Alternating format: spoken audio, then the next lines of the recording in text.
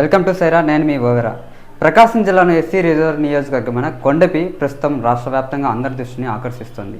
ప్రస్తుత సార్వత్రిక ఎన్నికల్లో ఈ నియోజకవర్గానికి చెందిన 7 అభ్యర్థులు ప్రధాన పార్టీల నుంచి రాష్ట్రంలోని పలు నియోజకవర్గాల్లో బరిలో నిలిచారు. ప్రధానంగా టంగుటూరు మండలం నుంచి 6 ఎమ్మెల్యే అభ్యర్థులు పోటీలో నిలవడం గమనార్హం. ఒంగోలు అసెంబ్లీ నుంచి తెదేపా అభ్యర్థిగా బరిలో నిలిచిన దామచర్ల జనార్దన్ రావు స్వస్థలం టంగుటూరు మండలం తూర్పునాయుడుపాలెం గ్రామం.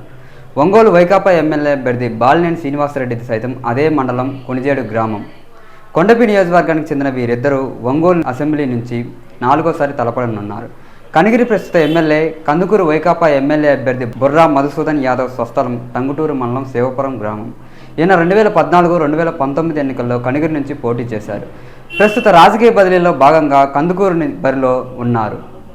తెలుగుదేశం పార్టీ సీనియర్ ఎమ్మెల్యే, మాజీ మంత్రి గంటా శ్రీనివాసరావు స్వస్థలం సైతం కొండపి నియోజకవర్గంలోని జరుగుమల్లి మండలం కామేపల్లి గ్రామం. ఈయన కొన్నేళ్ల క్రితమే విశాఖలో స్థిరపడ్డారు. ప్రస్తుతం విశాఖ జిల్లా భీమిలి నియోజకవర్గం నుంచి తెదేపా కూటమి అభ్యర్థిగా ఉన్నారు. ఎర్రగొండపాలెం నియోజకవర్గం వైకాపా ఎమ్మెల్యే అభ్యర్థి తాటిపర్తి చంద్రశేఖర్ స్వస్థలం కొండపి నియోజకవర్గంలోని సింగరాయకొండ గ్రామం. ఈయన కొండపి టికెట్ ఆశించి భంగపడగా వైకాపా అధిష్టానం మాత్రం ఎర్రగొండపాలెం టికెట్ను కేటాయించింది.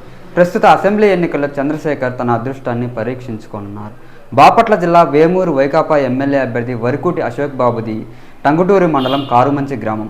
2014 ఎన్నికల్లో ఈయన కొండపి టికెట్ ఆశించి భంగపడ్డారు.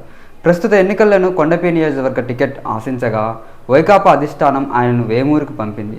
కొండపి సిట్టింగ్ ఎమ్మెల్యే డోలా బాలవీరాంజనేయ స్వామి స్వస్థలం టంగుటూరు మండలం తూర్పునాయుడుపాలెం గ్రామం. ఈయన 3 ఎన్నికల్లో పోటీ చేసి 2 సార్లు విజయం సాధించారు. ప్రస్తుతం తెదేపా తరపున 4వసారి ఎన్నికల బరిలో నిలిచారు.